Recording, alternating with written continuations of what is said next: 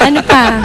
Ito na lang. Ang ganda talaga ni Pia Guanyo. Lagi ako nanonood ng show nyo. Idol talaga namin si Pia. Yun na lang. Ayan o. Parang mas Ito. Richie, may naglagay na naman. Ang ganda talaga ni Jan Lapus. wala naman eh. Rufa May, hindi ako si Jan Lapus. Kasi pinagbintangan mo ako nagte-text yan.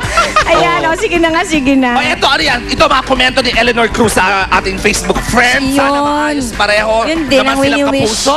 Yan din ang wish natin, Eleanor. At si Mary Rose naman, ang sabi niya, hindi maganda ang make. Ayaw naman. It's true, especially at the start of the year. Ako pareho. And I'm sure that both our Hindi naman both sige. our friends, si Raymond at si Hart, know that, and both are very reasonable people. I think masyado lang naging emotional ang kanilang mga reactions at this point in time. So let's give them time to compose their thoughts, and next week, birthday ni Raymond, tamang-tama, Oo nga. pwede natin siyang i-grill. Nasa simula ngayon si Simone. At saka alam mo, next week, hihimayin natin ang bonggang-bonggan. Total, birthday naman niya. Oo, Kailangan dapat meron siyang pasabog at update. Dapat tungkol peace, dyan. love, not war. At ito, sa January 22, ayan.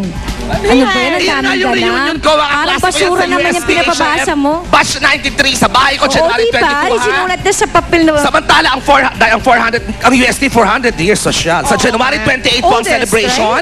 Oo, sa kumuha kayo ng ticket na sa TicketNet, lahat ng mga Tomasians alumni na makita-kita po tayo dyan. Bongga ang programa, may pasabog, may fireworks and all.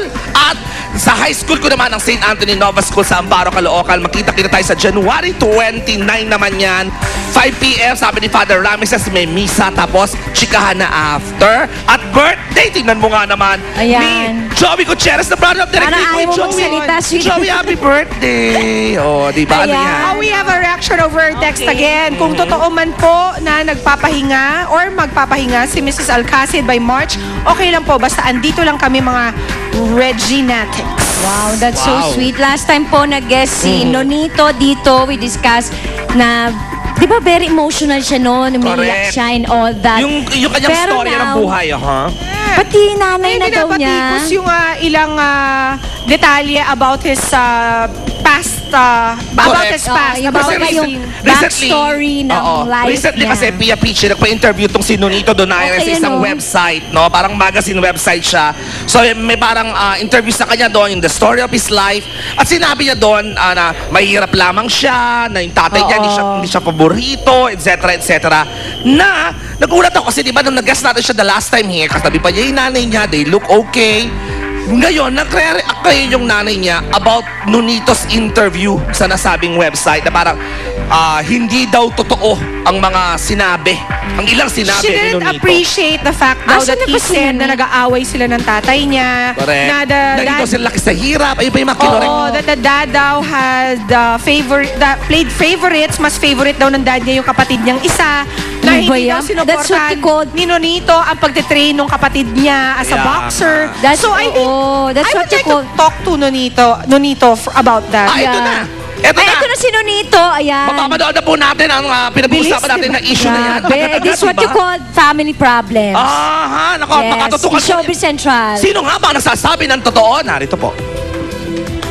Kamakailan lang binugbog ulit ng intriga ang WBA Super Flyweight Champion Nonito Donaire matapos siyang magbigay ng panayam sa boxingnewsonline.net noong January 6, 2011.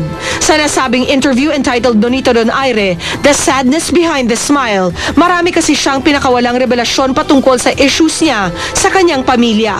Naikwento ni Nonito ang mariing pagtutol ng kanyang mga magulang sa kanyang napangasawang si Rachel. Isang issue na akala ng marami ay naresolba na ng pag-usapan nito ni Nonito at ng kanyang ama sa Showbiz Central ilang taon na ang nakakaraan. Nilinaw naman ito ni Rachel sa aming interview sa kanya, straight from San Mateo, California. Don't believe that any daughter-in-law that comes into a marriage wants to be ostracized. They want to feel like they have a second set of parents that they can rely on. The thing is that Papang has said in the media the only way for June to become a part of their family again is for him to get rid of me. Sunod na inilahad ni Nonito na hindi raw siya ang paboritong anak ng kanyang mga magulang. May pahiwatig din siya sa tila hindi magandang pagtrato sa kanya ng kanyang ama noong mga panahong nagsisimula pa lang siya sa boxing. At panghuli, inilarawan din ni Nonito sa mga mambabasa ang estado ng pamumuhay nila noon bilang isang mahirap na pamilya. Nang makarating sa ina ng boxer na si Imelda Donaire ang laman ng nasabing interview, kaagad siyang umalma. Anya wala raw bahid ng katotohanan ang mga pahayag ni Nonito. Ipinagtanggol ni Imelda si Nonito Donaire Sr. laban sa negatibong imahe na naging resulta ng interview sa boxing champ. Ibinunyag din ng ginang na sa laban ni Nonito sa Manila na puwersa raw siyang sumunod sa ilang set of rules na ginawa ng ama ni Rachel. The rules that were given were handed by my father to Mama, pero he didn't make those rules up. The rules were made by Junjun himself kasi lahat ng laban niya, like with his dad, he always felt like parang maraming distraction. As you know, with Manny Pacquiao's camp, there's people who ask for tickets at the last minute. There's people that ask for room, for money, for anything. Lahat, diba? And he wanted to just shield himself away from that. And as far as the ring, climbing into the ring, from experience of other fights, even at Manny's fights, diba? If they have no credential to get in the ring, they block them. And I didn't want anyone to be humiliated when they tried to climb the ring and celebrate, considering that she didn't have a credential. Taliwas sa mga sinabi ni Nonito, tinukoy ng kanyang ina na si Nonito di umano ang nagpabaya sa kanyang pamilya. Palagi raw silang nag-aaway ng kanyang ama. Tumanggi raw ito na tustusan ang pagpapagamot ng amang may sakit. Hindi raw niya sinuportahan ang kapatid na boksingero sa pagtitrain sa huling laban nito. Kung si Rachel ang tatanungin, ginagawa daw nila ang kanilang makakaya para maresolba ang nasabing alitan sa pamilya Donaire. Next year we're supposed to get married, and the reason I called her was because I wanted the whole family to be at the wedding, but it's not working because they don't want to see me, they don't want to talk to us, and to Mamang and Papang is that I really do hope that one of these days that everyone can just put aside who Junjun is or how much money he has, just accept him for being his son. You know, stop the arguments over money, stop the arguments over who's hurt and who's not, and just be a family again, and not drag the media into this. You know, I mean, it doesn't do us any good. It doesn't help anyone when other people are involved and you drag each other down.